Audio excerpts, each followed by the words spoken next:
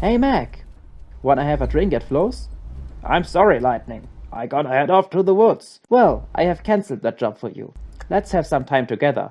Oh, really? Don't they need me? They told me they'd be fine without you. Hey, amigos. Hey Ramon, how are you? I'm feeling good this morning. Don't you think Mac needs a new paint job? I really do. Come on, big boy. I'm not sure. You rarely get a makeover. Try it. Do you like it? This is what I call a holiday paint job. Maybe this gives me some more chillin' vibes. I'm sure it will. If I just knew what to do now. There are 1,000 of things to do. It's been quite some time, but there we go for both a new Diecast review on my channel and new Tales from Radiator Springs episodes. I hope you enjoyed that preview for Mack's vacation and are now ready for a review on these two Mack variants. There we have the standard Mack color that was released from 2009 to 2011, as well as in 2014 and 15 when he was exclusive to Walmart. The cap had tons of single releases too, but those feature a different expression. The main body of the semi is made of metal, whereas the trailer is completely made of plastic. The proportions are not entirely accurate to the film, where it's thinner and longer. The trailer has an openable back, which we look at later on. Let's move on to Road Trip and Mack before we compare both models. This only metallic release of Mack was released in 2017 as a part of the Carburator County Road Trip series, the best Target exclusive expanded universe line Mattel has done in my opinion. In addition to this brand new holiday paint job, Mack comes with a unique large camping trailer that has opening side panels and a gorgeously nostalgic look. You can clearly see the age gap between these two Macks when you look at the license plate. My regular Mack is one of the early releases and the upper text is hardly readable, but on the Road Trip version you can clearly see it says Our Fair City. It's an interesting reference, but we've also come across cooler license plates. I really like the chrome finish on Mack's exhaust pipes. He has some nice detailing for his vibration dampers too, one being black, the other red, and both being tied with some silver hooks. I wonder how all the plastic components here have a shiny silver look, whereas newer diecasts always get those cheap looking grey bumpers.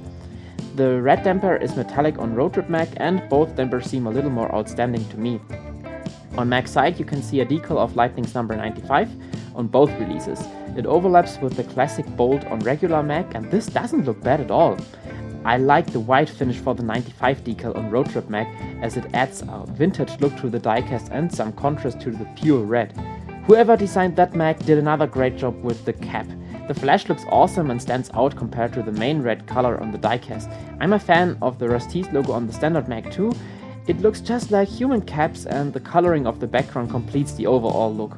In this regard you could almost pretend Road Trip Mack has too much contrast on the cap. So much about the semi-caps, here we go with a closer look at the trailers.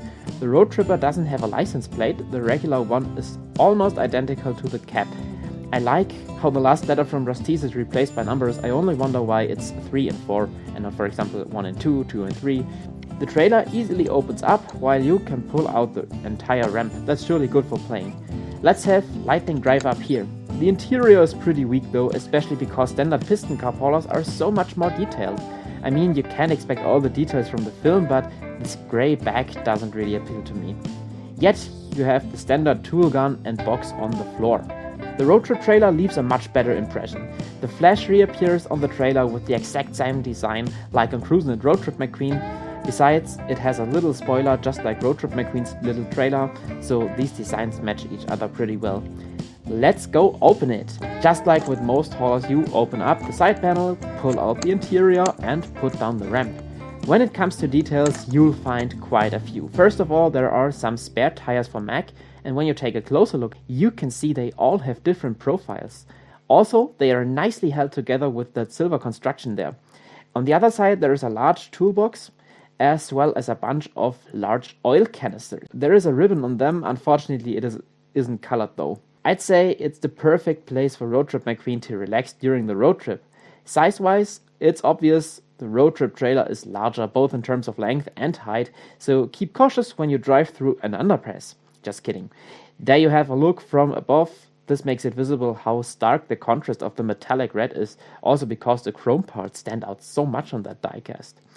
I hope we've looked at everything that's relevant to inspect, because there's quite a lot to see on these two guys, while they are also very big.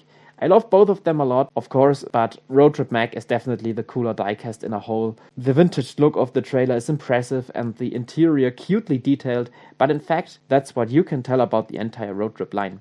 Regular Mack is a classic, and I've been missing out on that one until 2022. Thanks a lot for watching, see you again soon, and make sure to save the date of June 21st for Mack's vacation.